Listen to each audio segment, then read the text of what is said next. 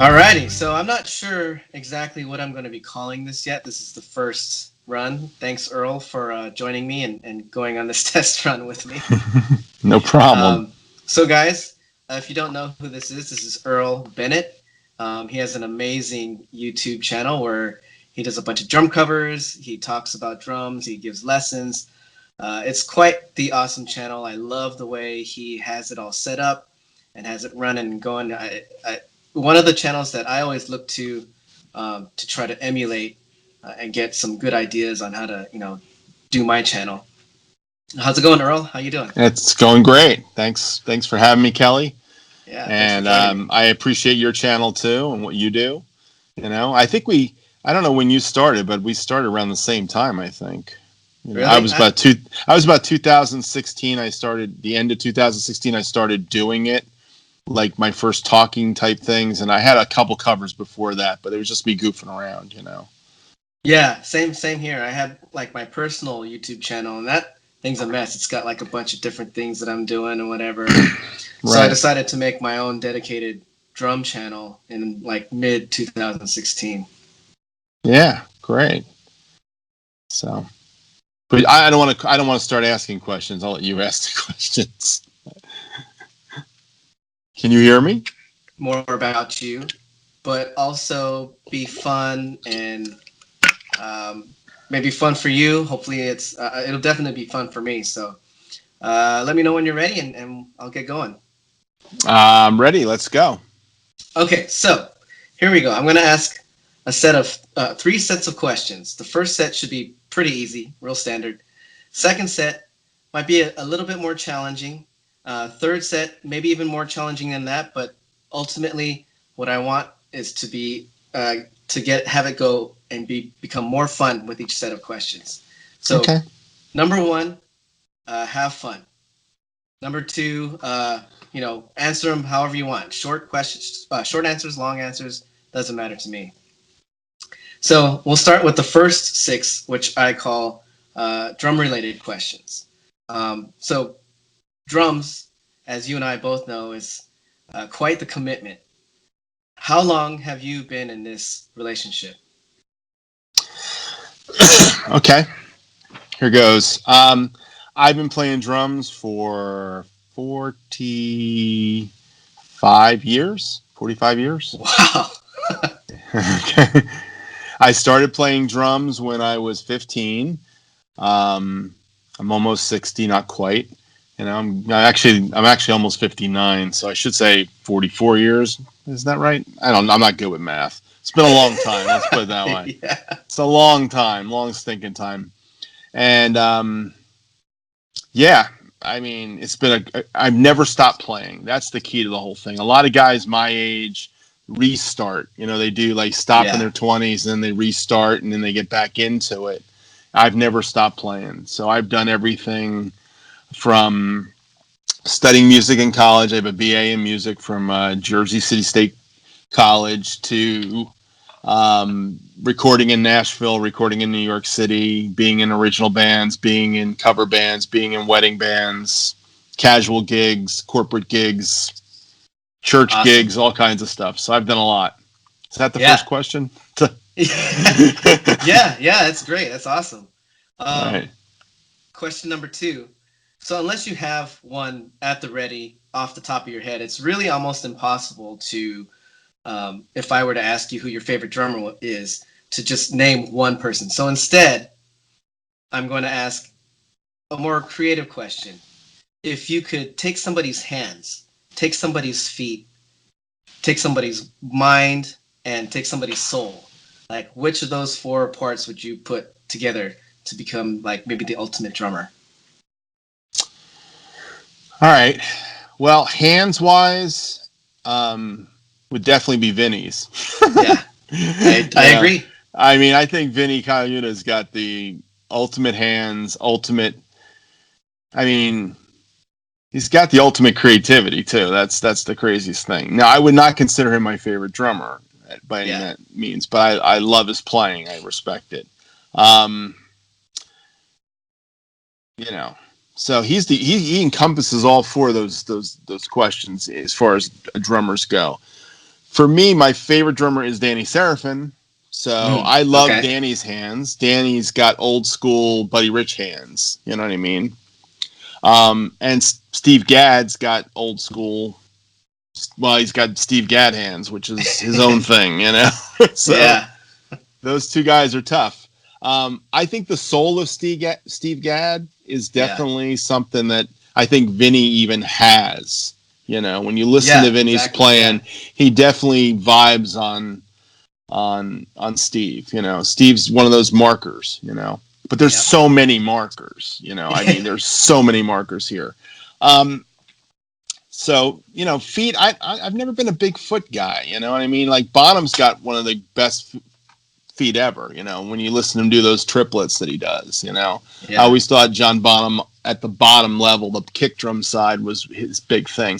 And I've never been one of those flashy double bass players. So, Yeah. and if you want to watch flashy double bass players, there's a bazillion great guys out there today. So, the heart, though, I think Danny Seraphin's got the heart. That's the other thing that, you know, you asked me about the soul. I don't know if heart and soul are kind of the same thing, isn't it? So, Yeah.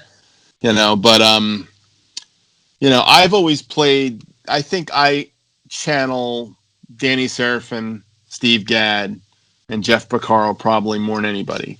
Jeff Yeah. for the actual song kind of, he's like so in the song, and Gadd for that little bit of flair he puts on top of being so in the song, and Danny just because he was the first guy that I ever followed that really had that. He was melding two genres of music. He was trying to put the jazz big band influence he had into rock music. So he was melding genres, you know. So Yeah. those three guys are like top of the list for me for everything. Awesome.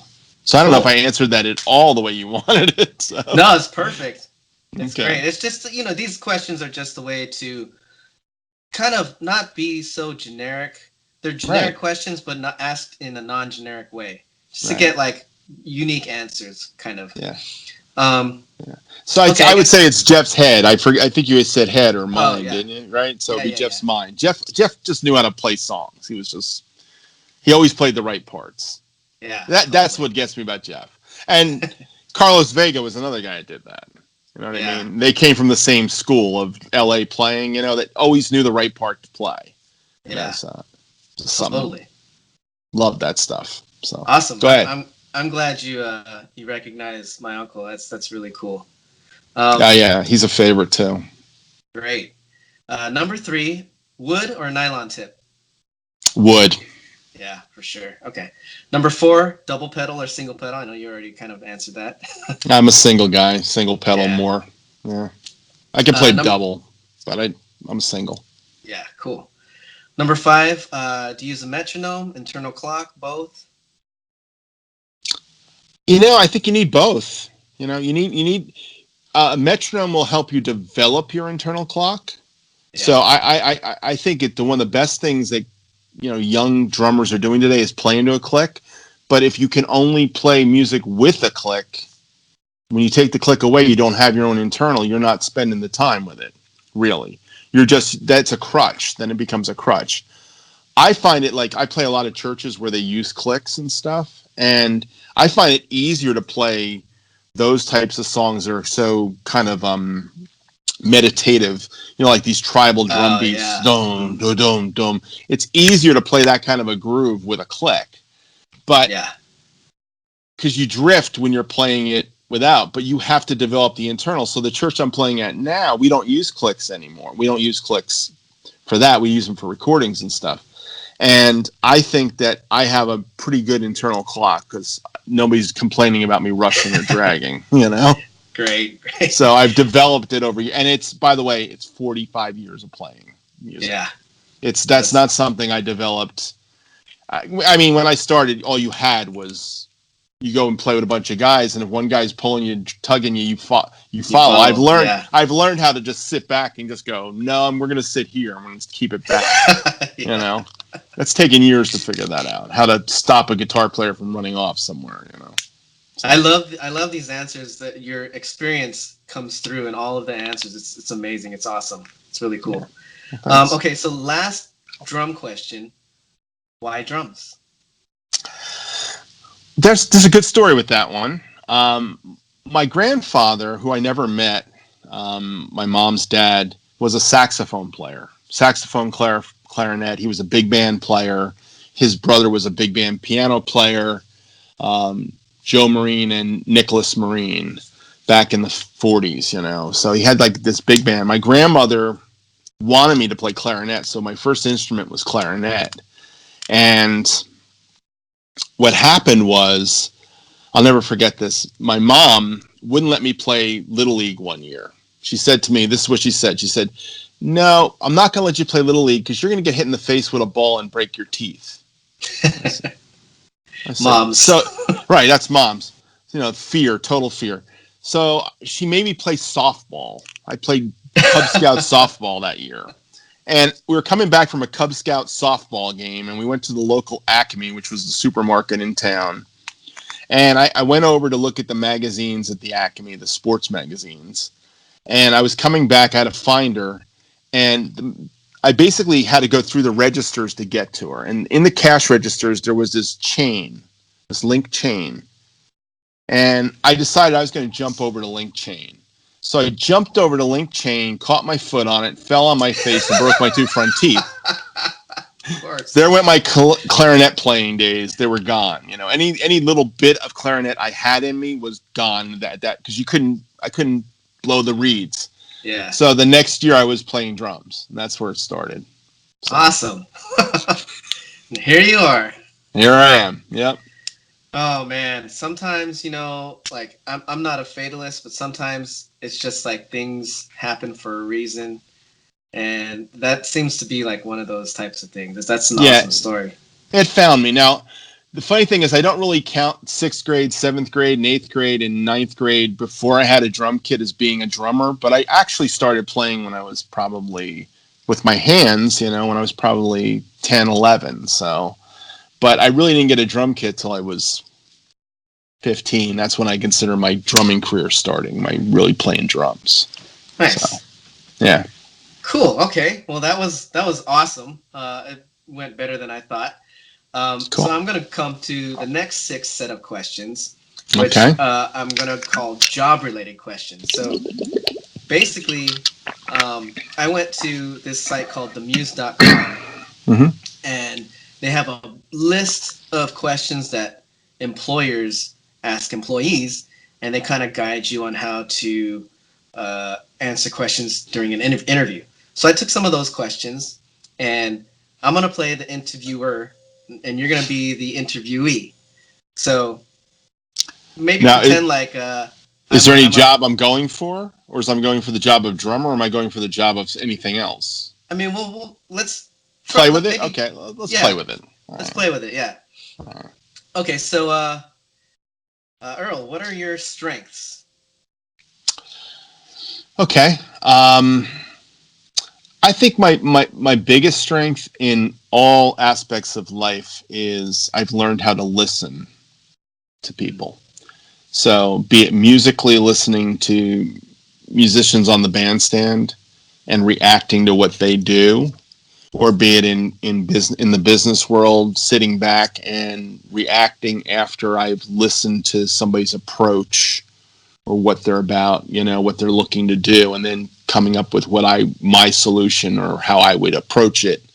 And the same thing with people, like humans, like just getting to know people, listening to them. So I think listening is a big part of what I do. Big strength. That's a great quality. I think a lot of people don't listen nowadays. They just wait to talk. Right. Okay. Well, what are some of your weaknesses? Let's see. Weaknesses. Or maybe better yet, what are weaknesses that you've had that you've overcome? Yeah. I mean, there's so many musical weaknesses. I can just spew them off like there's no tomorrow, actually. You know, I think my biggest weakness for the longest time was being impatient with others, you know, and this is where learning how to listen has been a big part of changing me, you know. Wanting to get somewhere, I have a tendency to sometimes want to be somewhere else than where I'm at, either in my what I can do for you or where I'm supposed to be. I don't know if that's making any sense, but impatience, it's kind of a Yeah, I think that's a weakness.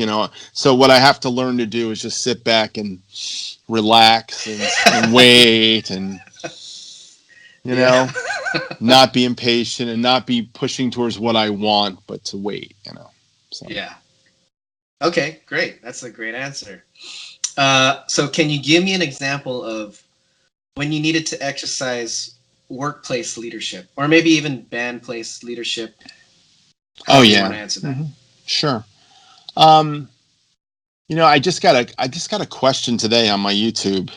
I have a video that's on how to play in church that's got like, I don't know, 30,000 views or something crazy. And this guy was talking about the leader in the band was telling him to stop playing so much, play less, play less, play less. And he was feeling like his creativity was being kind of squashed in some way. And he was asking me like how I would approach that. So my approach to that kind of a situation where I'm working with somebody and they're not receiving what I do or they don't like my ideas or something is, number one, I try to what I try to do is realize that they hired me for this, so I'm here to serve them. So I take a servant leadership kind of role where I'm here to serve the music, serve the job I'm in, whatever I'm doing. So I'm a servant to everybody in the organization. So that my current job is safety director, and I work for a large civil engineering company out of Virginia. And my goal is to help everybody. So I come from a servant's heart all the time. So that's really my main way of dealing with these kinds of things. So I don't know if I got away from the original question or not, but yeah. I think it's somewhat relative. Yeah. I mean, servant leadership means I'm going to try to find a way to help you, and that's where I come from. Now, what eventually happens in those situations is the leadership side is then you get to actually show who you are and what you're made of. So I'm not shy about giving suggestions or anything else. But again, it goes back to listening. You know what I'm saying? Yes. Which is what I Yeah. said to this guy. I said, it sounds like you're not connecting. You two are not connecting. He's just telling you what he wants. And he was saying to me, I've just got back into this. I hadn't been playing for years. I'm in my 40s, and now I want to let go and let play my stuff. And it's like, all right, well, I'm not listening to what your stuff is, so I don't know if it's appropriate or not. But Yeah. I would say if he's asking you to do something, try to do what he wants you to do. And if it's not what he wants and you can't give him what you want and you're never communicating, you're not getting to that place, then sometimes you bow out of situations like that. That's what I do. I get to a place where if I don't feel received, and you don't want me, then I'll just back off. Like, okay, hey, you don't need me right now. I'll Yeah. let you go do it. You know what I mean? So that's part of, sometimes you got to back off, and that I even do that with people that work for me. I'll let them I give them enough rope so that they can do what they need to do with it. And hopefully they don't hang themselves. You know what I mean? Got it. Yeah. Yeah. Because Yeah. I also feel one of the things about being a good leader is I'm helping you take my job. You Exactly. know, I'm So, training you to do what I do. So I'm not afraid of you. You know, a real true leader is not afraid of anybody because they know they have a place because somebody's going to want what they bring to the table.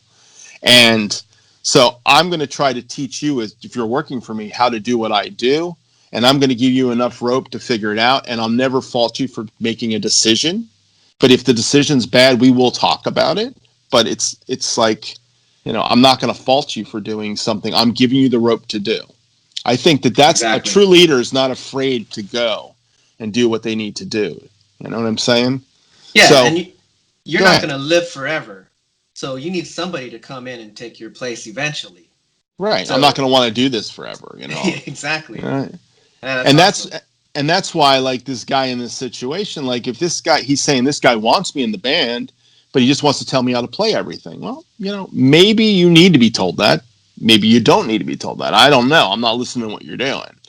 But the truth thing is, if you guys can't work together, then it's not going to work out. So then you have to Yeah. decide, do I want to be here or do I not want to be here? You know? And if Yeah. you're looking at this as your last gig and you're holding on for dear life, then you're going to have issues, you know? So I think you've got to know that you've been called for such a time as this and you're in that situation and you walk in it until it's not there anymore. And you say, okay, now I move on to the next thing, you know? Yeah, and that's great that you have people come to you for questions like that, and you can give them your advice, your expertise. Because a lot of times when you're stuck in a situation, it's hard to analyze it yourself. You know, you need somebody outside to come and tell you, oh, I see this going on, and I see that going on, something you might not be seeing in the thick of it. Um, it's great for you to do that because not only do you have the experience, but you also have the insight to know certain situations, and I think that that also comes with experience. But yeah, just lending yourself to other people to better situations. I think that's amazing. It's awesome. Yeah. And when you have a heart for people, that comes out. I Yeah, think the totally. problem with a lot of leaders that are insecure is they're holding on to their role. Like they're saying, I'm afraid of everybody around me because somebody's going to come take me. And there's a book I read many years ago called A Tale of Three Kings. And it's a book about the life of David. I don't know if you know anything about King David or anything about the Bible, but it's a very interesting story, and I'll make it very not religious. I promise you. This is a very much a leadership thing for me. Um, Back in the days of Israel, Israel had their first king. His name was Saul.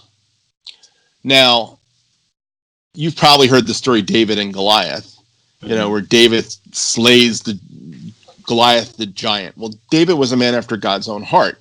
And David was a shepherd boy, and he went out there and he killed Goliath, not with armor or anything else, but 5 smooth stones. He basically put it in his sling and went like this and winged it at the giant and hit him square in the eyes and killed him. Then he eventually took Goliath's sword and cut his head off. That's what you had to do in those days. That was part of the ritual. You know, you had to hold the head up and run with it. So Yeah. David was going to be, God appointed David to be the next king. Well, Saul had a son that Saul wanted to have his son be king, but Saul knew David was going to be king. So Saul went after David, said, I'm going to kill you. Now, David had opportunities to kill Saul, but he didn't. He ran to the mountains. He said, I'm not touching Saul because Saul's the king and God put him there. When God wants to get rid of him, he will. Well, one day Saul kills himself and David becomes king. That's the story. Well, down the road, David has a son. His name's Absalom. And David's son one day all his people around him says to his son, Absalom, you need to take over the kingdom. Your dad's doing a lousy job. You know, you need to come and get it. So one day, Absalom's with his buddies out there, and they know he's coming to get David's throne. And all David's advisors, because a king's got advisors around him, is saying to David, "Your son's coming to kill you. He's going to take the throne." And David said, "Well, God put me here, so God will take care of me. If either He doesn't want me here, then Absalom will be king. Whatever, I don't care." And he didn't. He really didn't care. He just did not run from Absalom. Absalom came into town, and on his way into town, he hit the story goes he hit a branch on a tree and got knocked off his horse and died, hit his head and died. And Absalom never took the throne. The moral of that story is, and this is how I look at life, God's in control of all these things. So I hold everything with open hands. And if I'm not supposed to be there, then I leave. So I'm not holding on. But a lot of leaders like Saul, if they feel threatened, what are they going to do? They're going to kill you. And there's a lot other leaders say that I deserve to be there. I'm going to come take it. I've never been either of those. It comes to me, and then I do what I'm supposed to do. So that gives you a real picture of me right there. That's me. That's awesome. Well, I didn't expect for these fun and playful questions to get so insightful, but just that whole question and that whole tangent that you went on, to me was gold. I mean, I love it when stuff like that happens. I happen to co-host a podcast, and one of the things that we try to do whenever we have guests is to get in through the door. So you get to the door, you ask questions. A lot of times people don't like to open that door. Um, Right. so our goal is to try to get into the door and get past all the surface stuff. So Yeah. whenever that happens, usually stuff like this comes out, like a lot of gold, a lot of like really good content. So this is amazing. This is awesome. First episode, or I guess whatever it is this is, couldn't have been going any better. But we do still have more questions. I think that Okay. was number 3. All right. Number 4, it's weird because you went so deep. This question might seem a little superficial, but maybe we can, get to that point again. So tell me about a challenge or a conflict at work, a conflict that you had at work, and how you dealt with it. Did you resolve it peacefully? Was there animosity? How did that go about? Okay. Let me think of one. Well, usually they end up peaceful, by the way, because I've learned it's not worth dying on that mountain. Usually, you know what I mean? You know what I'm saying?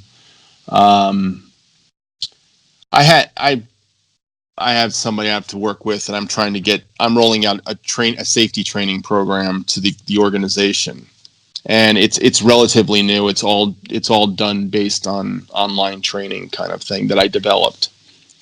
So I'm trying to get this one group to use it. Now the one group's in a huge hiring push, so the manager that's doing a lot of the hiring and a lot of the training for the hiring, she doesn't seem to have time for me. You know what I mean? So it was getting a little frustrating, and still a little frustrating. I still haven't gotten through it yet, but we did have a meeting of the minds, and she understood what I'm trying to do, and I think that I've opened the door so that I'm going to get this pushed out to her people. But it took sitting back, being patient, back to patience again, back to listening, back to understanding what she's going through and watching how crazy her life is.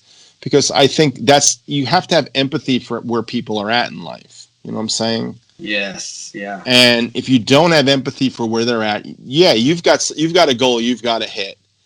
So this job I'm in right now is really challenging me in ways that's like, I'm not being able to shove things through the way I like to. I'm very creative. I get things done quickly, but I can't always push the needle forward because I have to wait for others to be with me.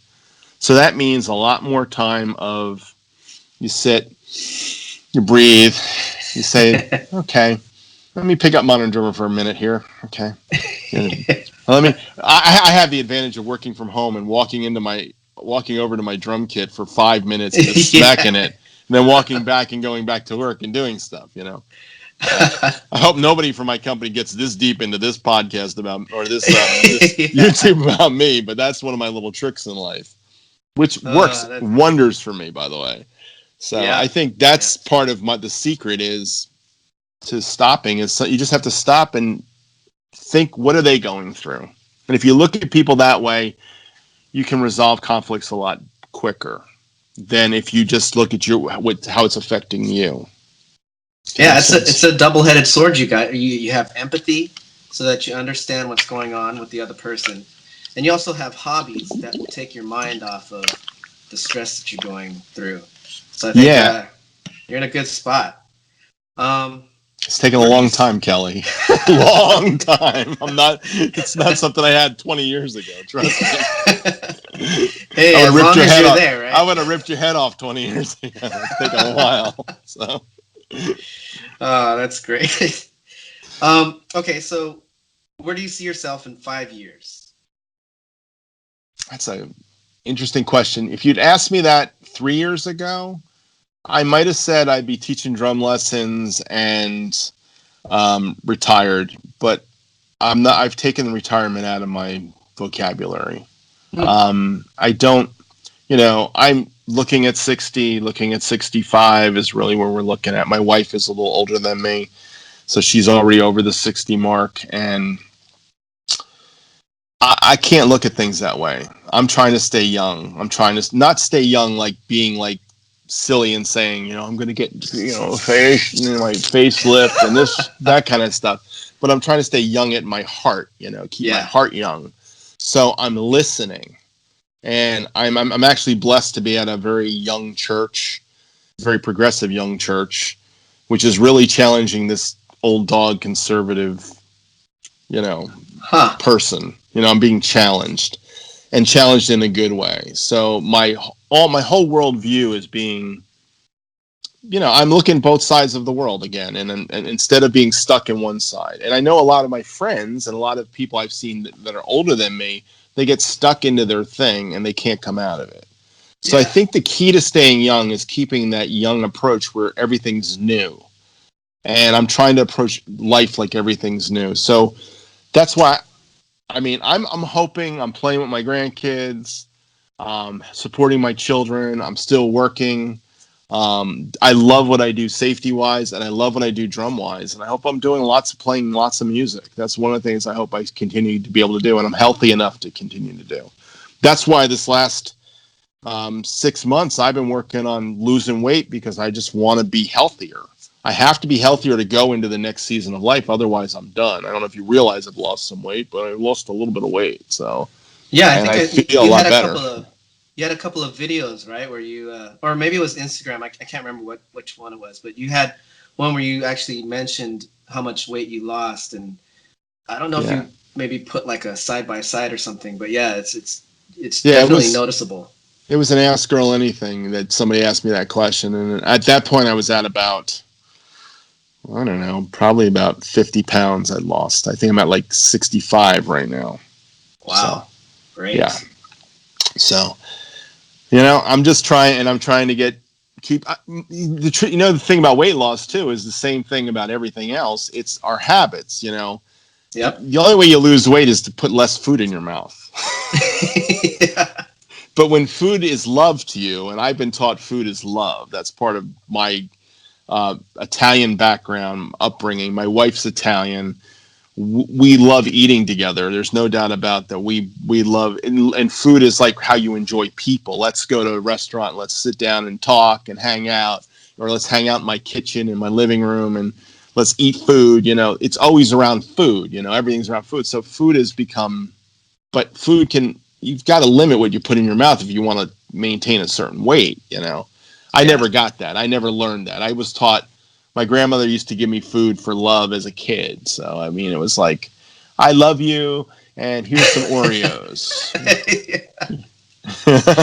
That's great. Yeah, very similar. A lot of the bonding experiences that I go through centers around food, because I don't really drink. I don't smoke. I don't do any drugs. I'm pretty much straight edge. So the only vice that I really have left is food. Oh yeah, me too. Yeah. I grew up in the generation that like they were smoking weed and doing all kinds of stuff. I never did any of it. Yeah. Can't say my kids didn't try all that crap, but I did. Not me. I definitely tried, but nothing ever really stuck. So yeah, it just never did. So great. Okay, so last question from the job related questions. Let's just say. I'm the head of a church band. Why should I hire you? Oh, okay, that's great. I think you should hire me because I'm gonna kick your band's rear end when I get on the bandstand with them.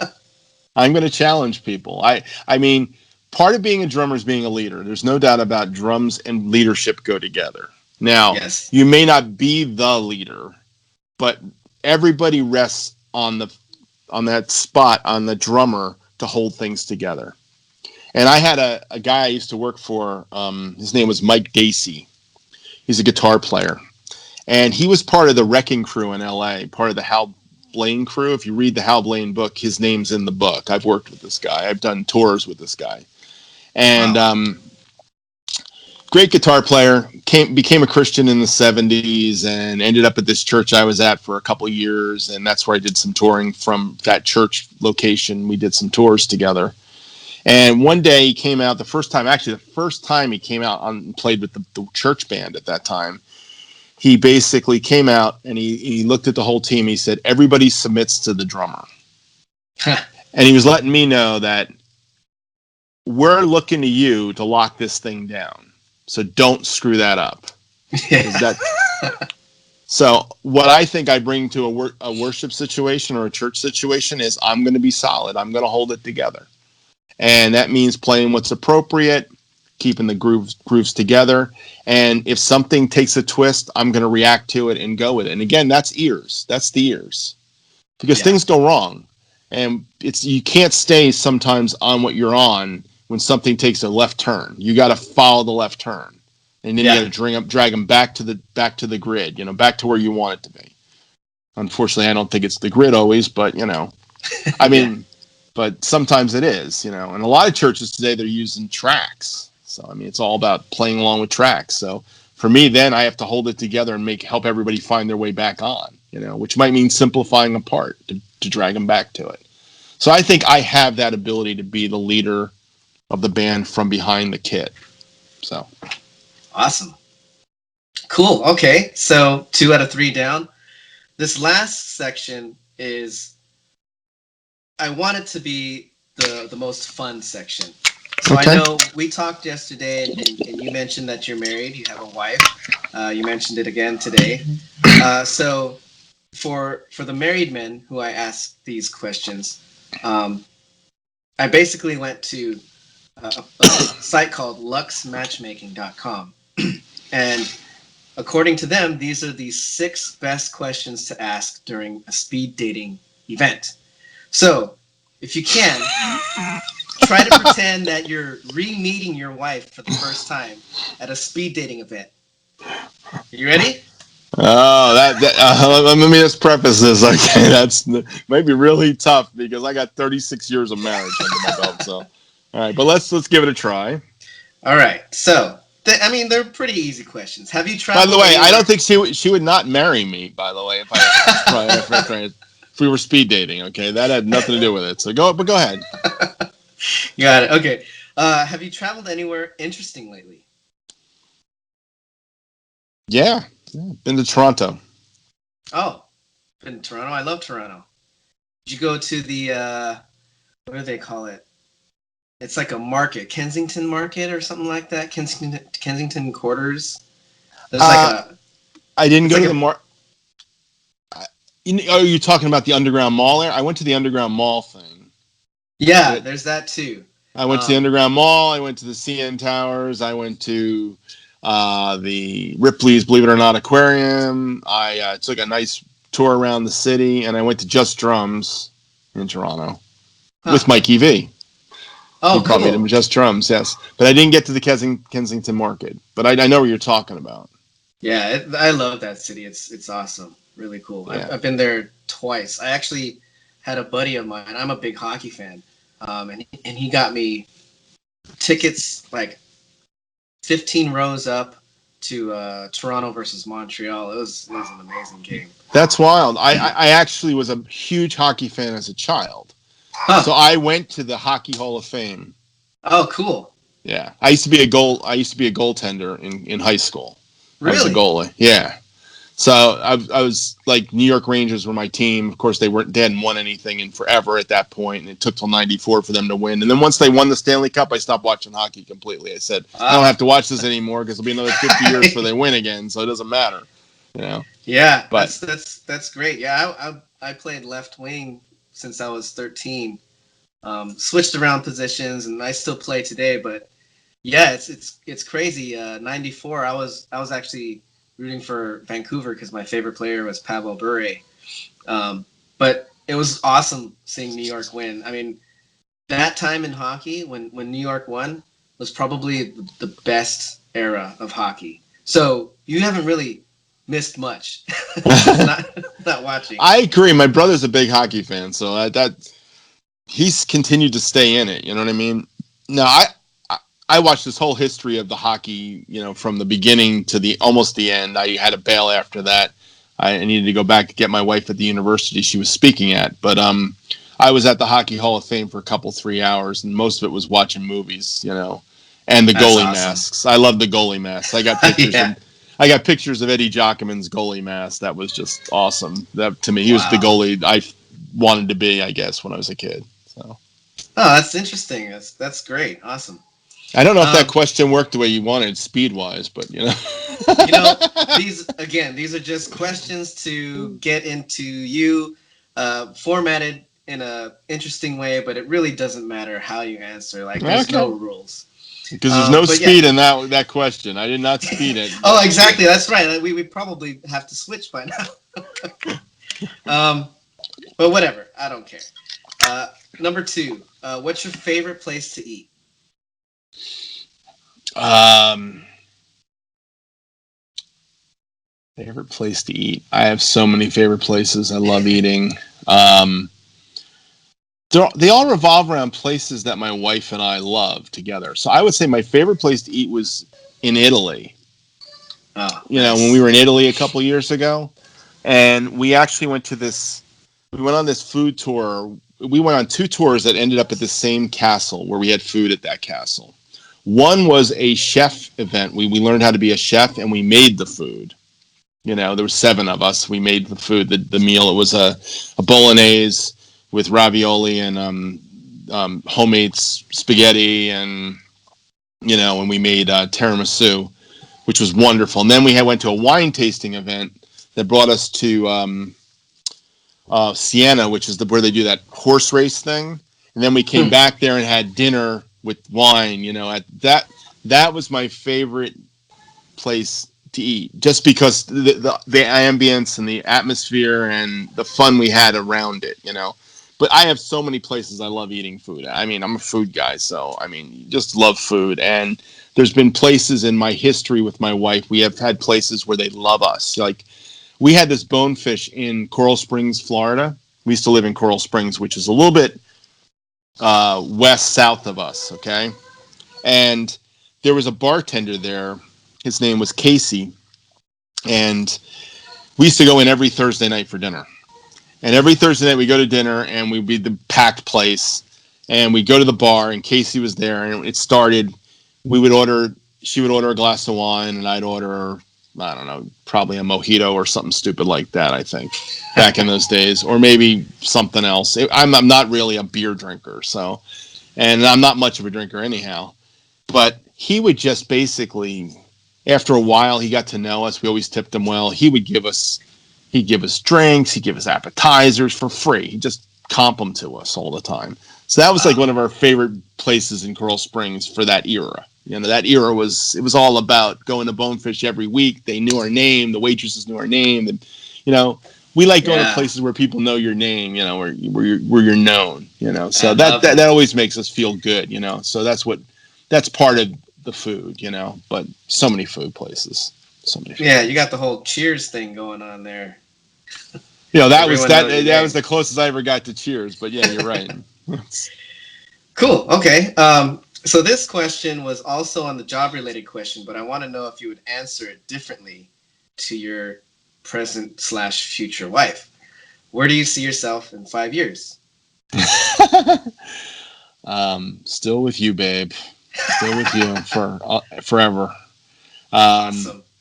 Dancing the night away together. That's what I think. You know, dancing the uh, night away, enjoying life together, watching our grandkids grow. You know, I saw that cover you did too. Pretty awesome. I love that yeah, song. yeah, Okay. Do you have anything fun planned coming up? yeah. I'm going to New Jersey next week.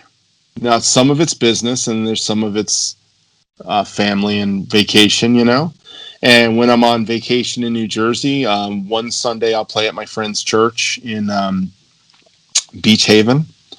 So with a trio, my friend Alex Doty and Dave Jones, who's the worship leader.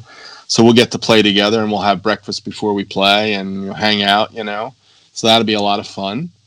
And seeing family and friends, that's the best when you get to be with family and friends. You know, to me. I And agree. New Jersey's a very special. You know, we lived there 40 years. I lived there 40 years. My wife lived there a little longer. We grew up there, so it's like seeing family. We're going to a family reunion one weekend. It's a family reunion. One's my grandson's birthday party. I mean, we got stuff going on all the time. I'm sure every night we'll be doing something. You know, plus on the days I'm working and the vacation days. So it's going to be a lot of 2 weeks of seeing people in Jersey will be fun. So I'm looking forward to that. Awesome. What's one place that you've always wanted to visit but haven't yet? That's a good question.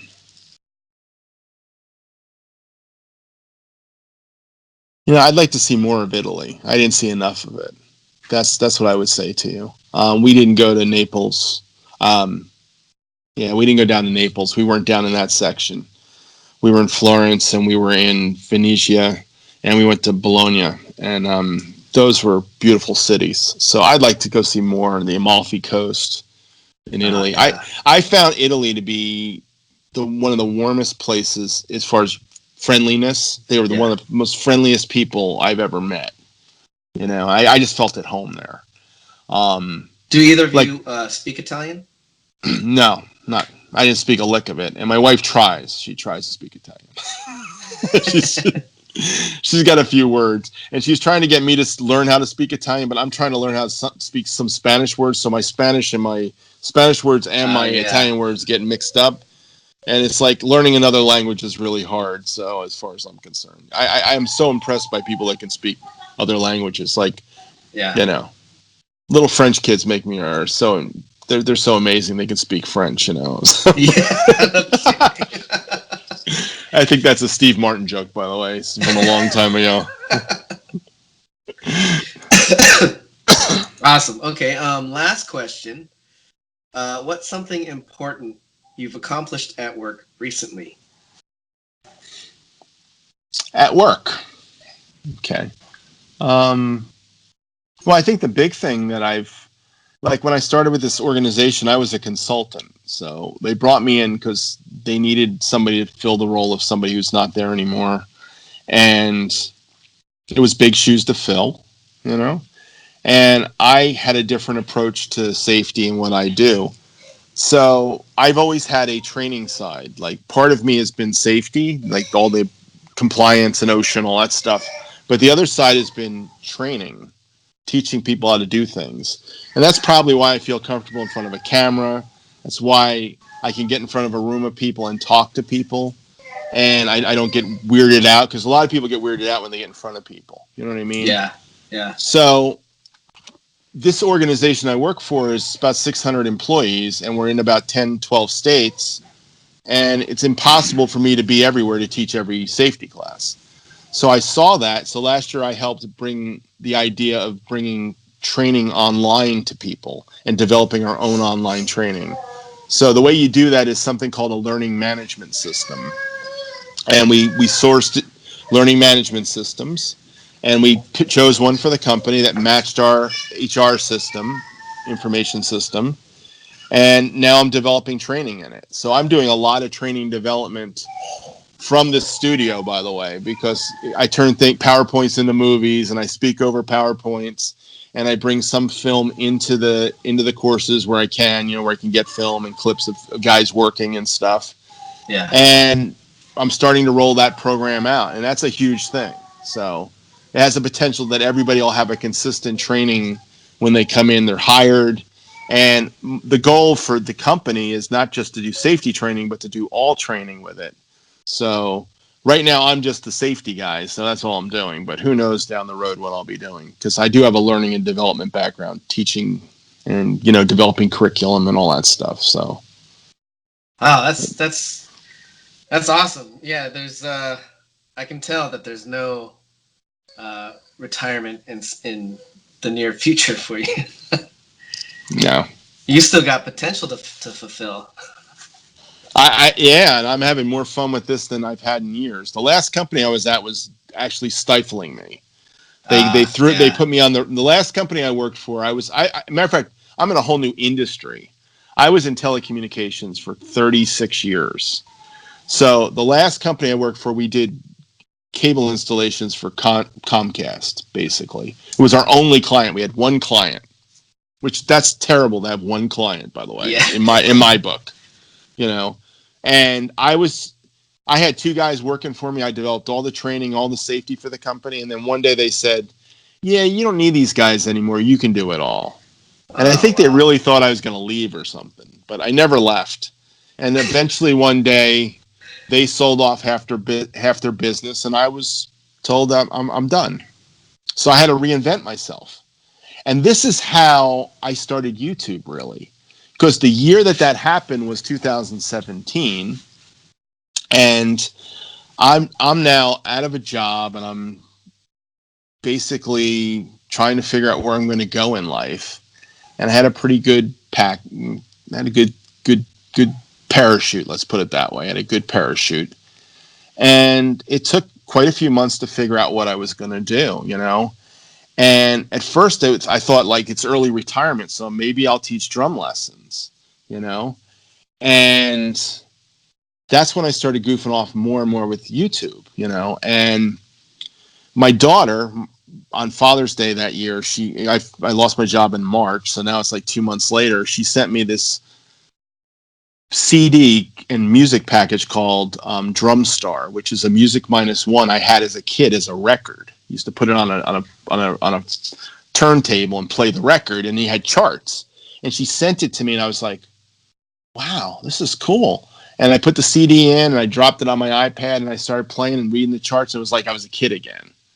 I said, I'm gonna put a camera up and see what I can do with this. So I started really getting into doing that. And then it just became my thing. And as I was starting to do some consulting work, because I picked up a job doing some consulting work, and I was trying to start my drum lesson business, you know, it all kind of tied together. So I started making more videos for that reason. And then all of a sudden I went from 30 subscribers to like 100 subscribers. And then one day, you know, Drumman 190 found me and he said, "Hey, do you want to do a drum battle?" You know, I remember those days of drum battles. I don't know if you got asked to do any of those. And I did a couple, 3 or 4 drum battles, and that's where I met Jeff Holden. We ended up doing a drum battle together too. And he won. It was Rosanna by Toto. You know, his version won over mine. I don't care. You know, I wasn't doing it for that. I was doing it just to do stuff. But every day my wife would come home from university and she'd say, "What'd you do today?" And I'd say, "Well, I worked some more hours for Frank, my client." And she said, "Okay, but what else did you do?" Because I was also Ubering and running Lyft, you know.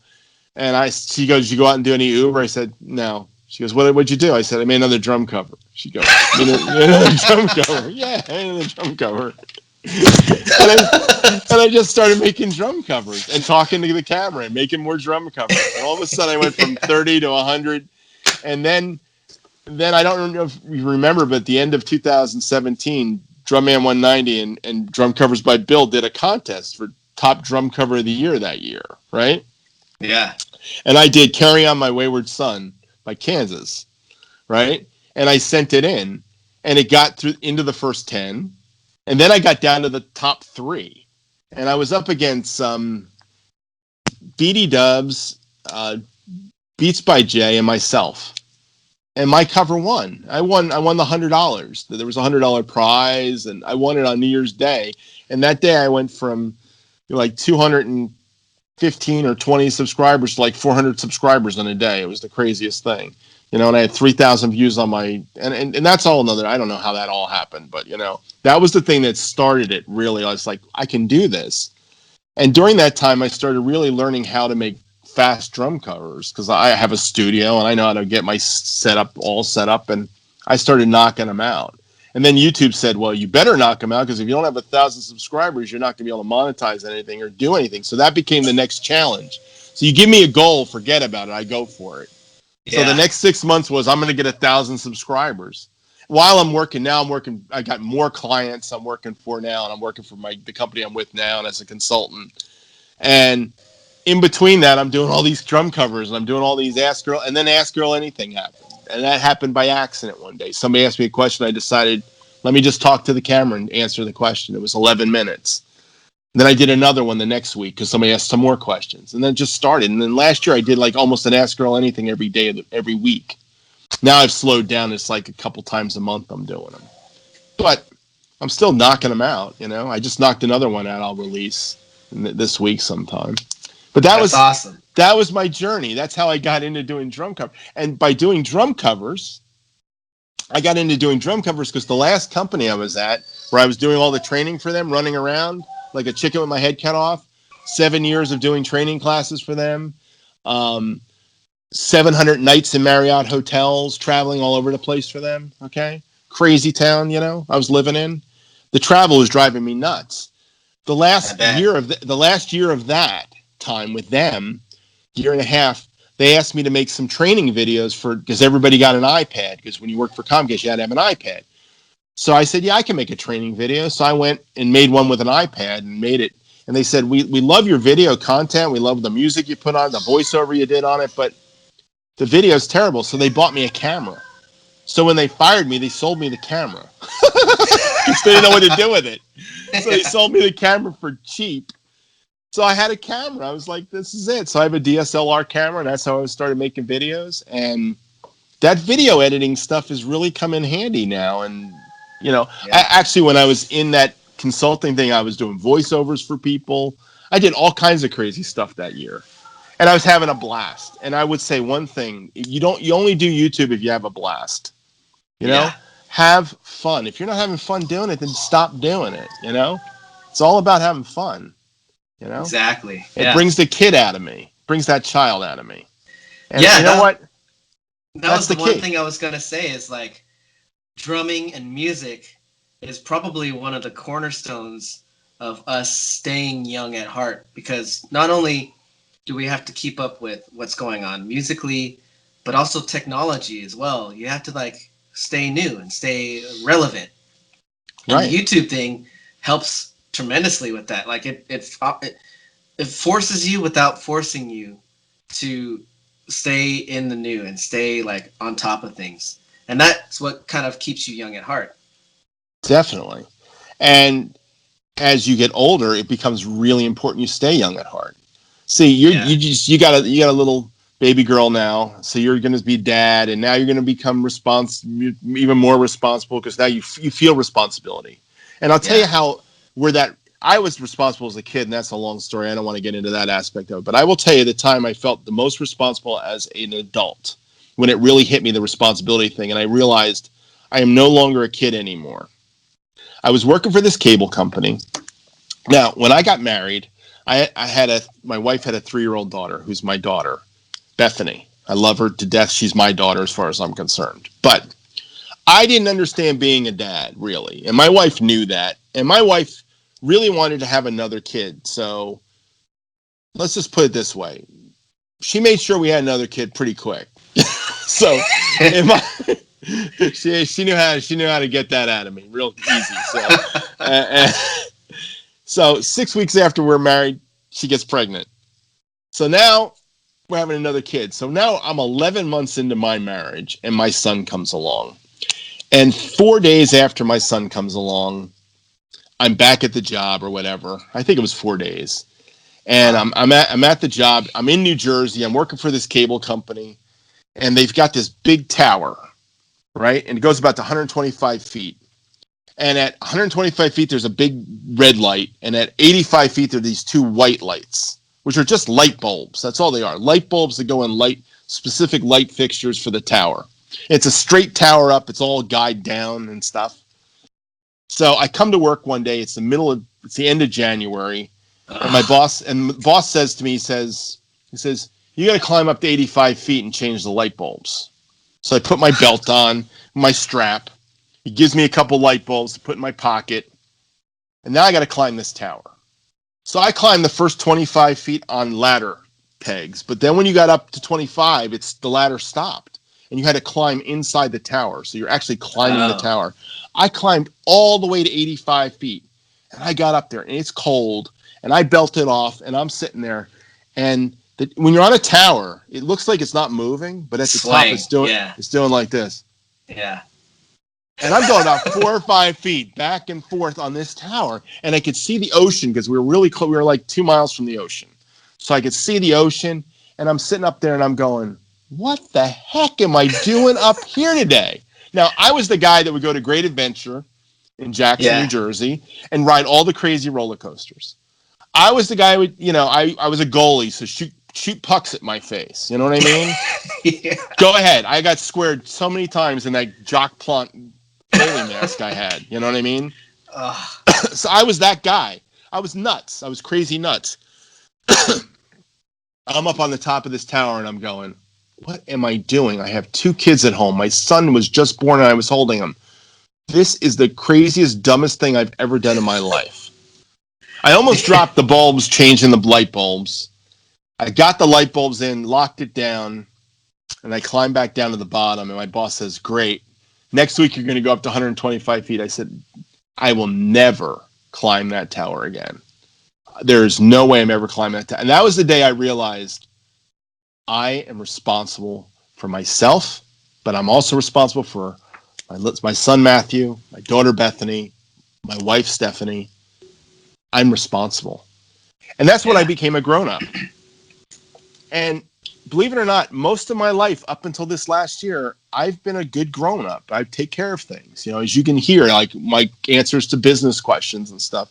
Yeah, I've got a lot of experience. But I will tell you, as you get older in life, you start to look at your life and you say, what did I accomplish in life? And it's not those things that I did in business. Trust me. It's not even what I did playing music-wise. It's those kids, the grandkids. It's your family. And how people think of you in life. How did you treat people in life? And that's the most important stuff in life.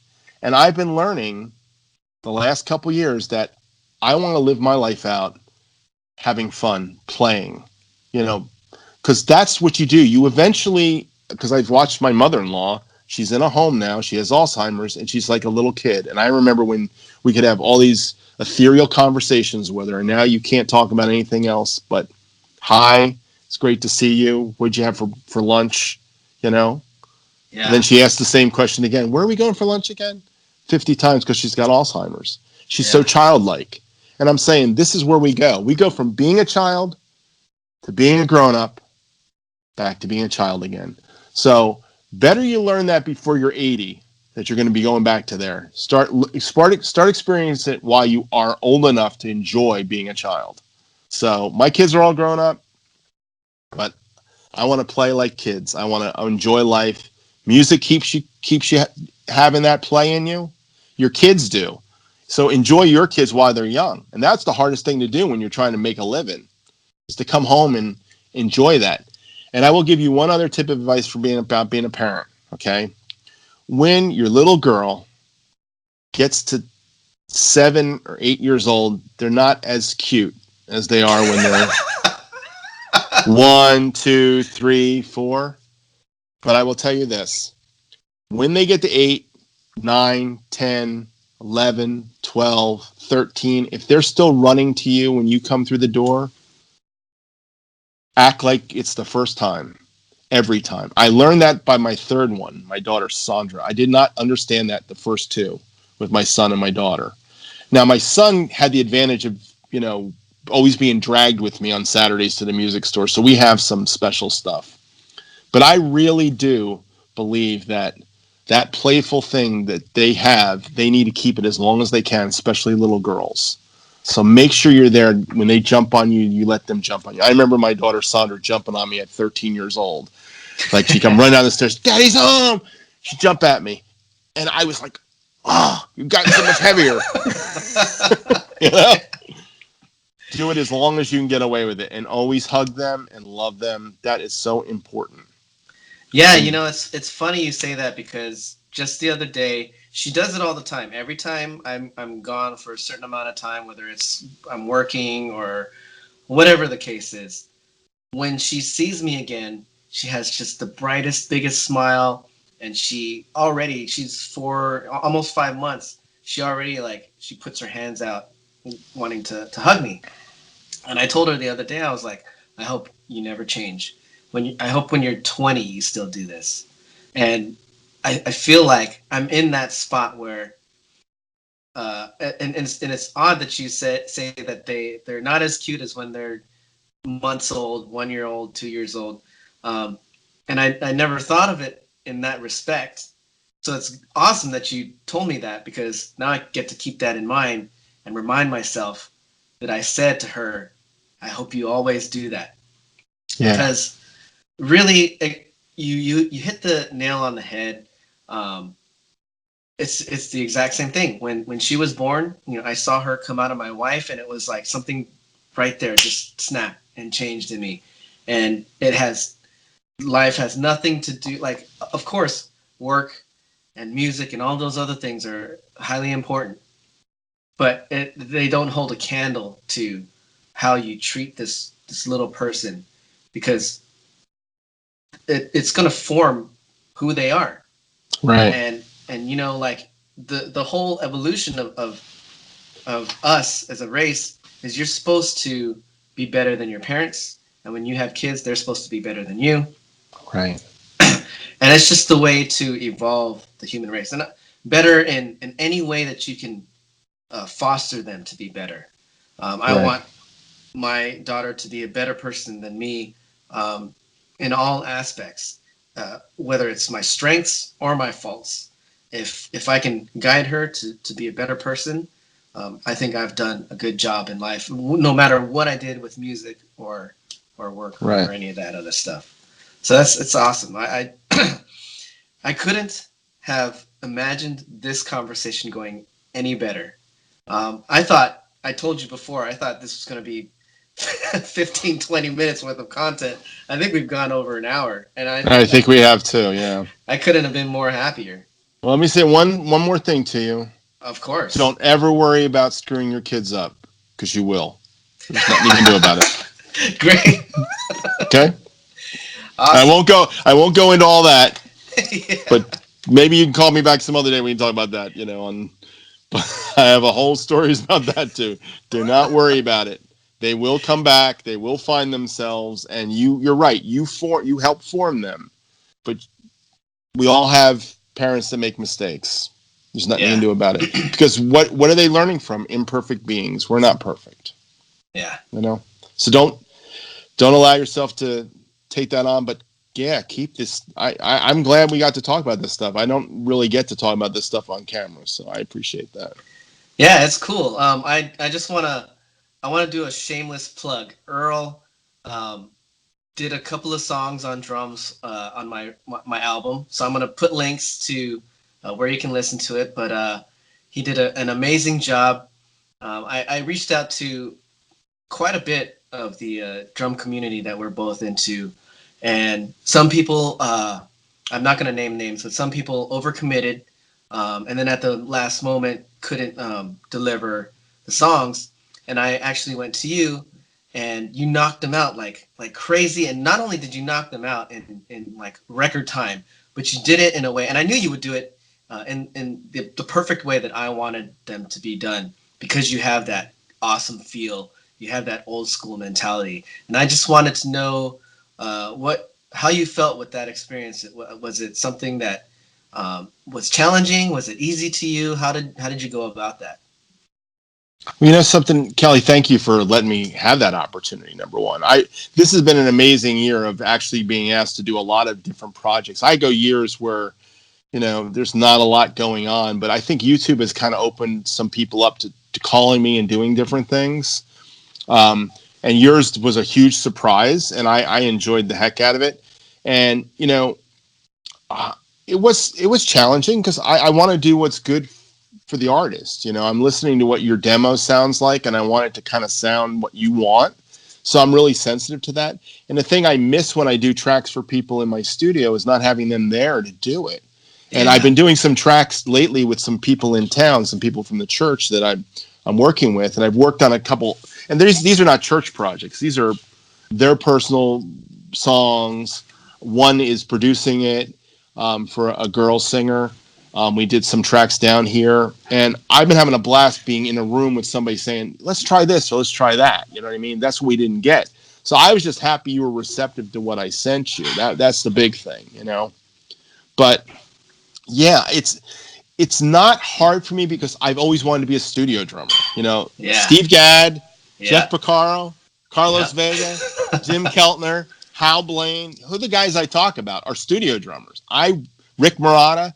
Why are these guys so important to me? Because I've been JR. It's because Oh I've been yeah. trying to imbibe being a studio drummer. When I read Modern Drummer, I read the studio drummers the most. If they were Yeah. studio drummer, I read the whole article. A lot of the rock guys, not that the rock guys don't have something to say. Some of them had some great things to say. But I never wanted to be in Rat. You know what I mean? I didn't want to be in Quiet Riot. I didn't want to Yeah. be. I didn't want to be Tommy Lee. You know why? It's not because their music's not hard to play or anything else. It's because those guys were in a band and they could be in that band thing. There was something about a guy that had to have the skill set to play anything that was important to me. And that's what I was trained for in college. Like, you're not just going to play, classical. You have to learn how to play jazz. You need to learn to play rock, So what your project brought to me was an opportunity to like put my thing on your project. You trusted me and I wanted to do the best job I could. And yes, I have some ways of doing things that are quicker than others because I'm doing it all the time. Yeah. Like if you watch my drum covers, I don't spend a lot of time on the camera stuff. I'm not into I've done 4 cameras and I can do 4 cameras. I can do 9 cameras, but that's not fun to me. You know what's fun to me is playing that tune down.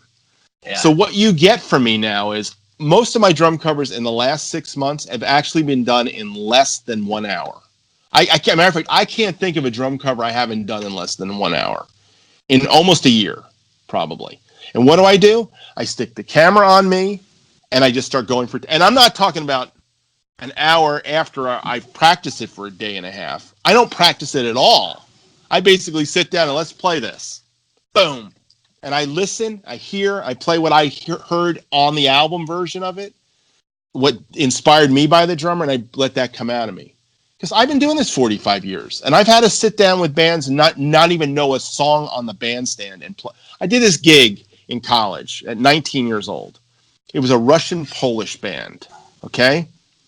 They played Russian-Polish music, okay? This is 1980, so I might have been, it was 19, I guess.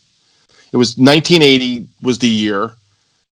The guy couldn't do the gig, went to college with me. He said, listen, it pays $250 or whatever it paid. I show up. There's 4 guys in the band speak only Russian. They don't speak any English. The other 3 guys spoke Russian, Polish, and a little English. And I'm in this place where everybody's speaking Russian and Polish, the Russian-Polish Club in Wellington, New Jersey, I think it was. Wellington, New Jersey. And all the songs were in Russian and Polish. The guys would say bossa nova, rock tune, swing, blues. That's all. They just give me a genre, play. Yeah. And I played the whole gig. How do you do that? Well, today guys can't even comprehend how you did that. Was music simpler then? Maybe it was, but it was all about understanding form, understanding verse, chorus, bridge, middle eights, whatever you want to call it. It's all about having that mindset to learn how to listen to the music. I had to listen, especially when you don't know the song. You have to listen. So that I've been working on this for years and years and years, and I threw myself in all kinds of gigs. I've played Broadway show type gigs. I've played jazz ensembles. I mean, I've played with big bands and rehearsal bands, and that's why you see me doing all that big band stuff because I don't get to do that anymore. It's like I'm learned how to read my chart, remembered how to read charts again. It was like, give me a chart. It was like, oh great, this is awesome, Yeah.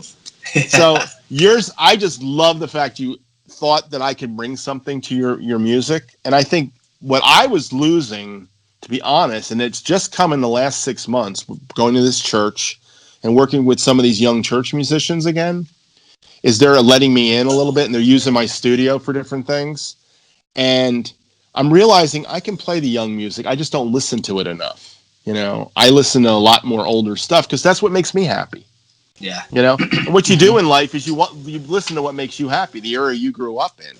And when you're 40 and 50 years old, you'll be listening to Nirvana or whatever you listen to. I mean, I guess you fall in the late 90s, early 2000s is kind of your cream period where you start really listening to a lot of music, I assume. Yeah, I'm stuck in between a bunch of the 70s I love, 80s I love. Yeah, but that's because you grew up on that. Your parents or somebody exposed you to that music.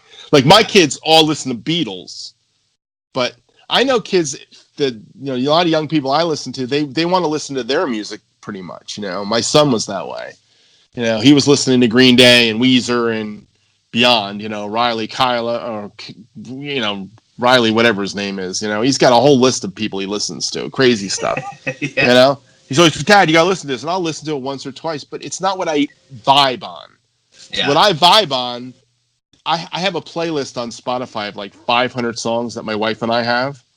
And whenever I'm in the car, I'm playing them. And it's got all these songs like, Orleans and, the Bee Gees and, you know, Hamilton, Frank, Joe Reynolds, Yeah. God, that crazy stuff. I have and I have more songs that go back to the 60s. I love that stuff.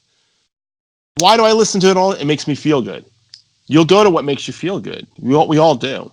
But it's important to listen to everything and to try to play everything. So thank you for letting me have the opportunity. You know what I mean? And I'm realizing I can play new music. And when I get an opportunity to play on somebody's new stuff, I'm just blessed that I get to do that. That's amazing to me.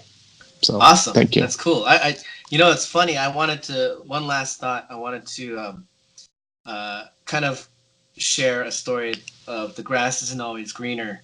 You mentioned my uncle a couple of times, and my uncle was a renowned studio musician, especially in the LA area. Oh yeah. But the thing that he wanted most was to be in a band, like a big touring rock band. Is that why you did the James Taylor thing for so long? That's part of the reason, but he had he had a side project with Michael Landau, and Michael Landau's brother, who sang vocals, and they were called Burning Water. They would play at the Baked Potato all the time, and they were like a sort of classic rock, Jimi Hendrix influenced rock band, and that was like his passion. Wow. They never really got anywhere, but he did the studio stuff. He loved doing the studio stuff, but it was no comparison to just being in a band with four guys, and that was the way that he saw things. Yeah. So it's kind of weird how that all plays out. The grass is never greener. You're successful at one thing, but you want something else, and maybe it's not. It doesn't always work out that way. It's just kind of ironic. That's a great point. And I never attained the studio thing. You know what I mean? I wanted it, but I never got it. And it's why I built a studio 20 years ago, so I could be on people's sessions, because I realized I was not going to be in Nashville. Yeah. I went to Nashville in '87 and I got replaced on an album. That's another story for another day. I've told the story. It's a guy named John Hammond replaced me. I did a whole thing on it. If you want to watch on YouTube. Wow. But and that was the greatest drum lesson of my life, believe it or not. The day I got replaced. I bet. Yeah, I bet. Because I didn't leave. I was there.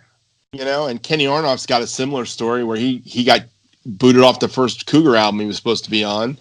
And he got to watch Rick Schlosser, or whatever his name is, play, and he didn't quit the band. It made him stronger. You know what I mean? Yeah. But I did learn one thing that trip to Nashville. Don't sell your house and move to Nashville like I thought I was going to do. Yeah, good thing. Because I was not going to make it as a studio guy in Nashville. It was sewn up by a bunch of guys, great guys, Paul Lime, Eddie Byers, and guys like John Hammond and Chris McHugh came up and played with, Chris McHugh was playing in a Christian band back in the 80s, Matter of fact, wow. His first Christian band was a band called Whiteheart. He was in, and he was hawking my wife, who used to write for Modern Drummer magazine, because she wrote the first Christian drummer article in Modern Drummer magazine was written by my wife. It was crazy. A two-parter, 1987, and she was picking the drummers. I was picking the drummers for the article. Now, one got picked by her. It was a band that came through our little church, and she ended up interviewing this guy who should have never been in the article. And it should have been Chris McHugh. But he sent us the Whiteheart album, and I said, I don't dig this band, Whiteheart. Don't do that. I'm so pissed at myself for not letting him get in, Modern Drummer, getting to know him, because I got to know some of the other drummers, through the article she did, But yeah, it's just kind of funny. She did Amy Grant's drummers later on in life. Greg Morrow, I've run into him in Nashville on business trips, and he's a really nice guy, So, and John Hammond's a really nice guy. We've come back. We go back and forth on Facebook occasionally. He said some very nice things about me, my playing. I don't know why. He played some great stuff on that album. But that's awesome. What I learned. But I never gave up the passion of wanting to play sessions. So what did I do? I built a studio. And my wife wanted to record an album. I built a studio. I could have spent my money on studio time back in 1990s, 2000s. No, I built a studio instead and said, I'm going to learn this. You know? That's awesome. Yeah. Cool, man. This was Fun. quite the journey. This was amazing on my end. I hope you had fun.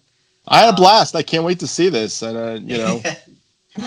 Cool, man. Well, yeah, I'll let you know as soon as it gets out. Hopefully this turns into a thing, and you'll be the first one. I appreciate you bringing me on, Kelly. Thank you so much. All righty, Earl. Take care, man. Take care. See ya. Bye, everybody. Bye. Yeah, bye.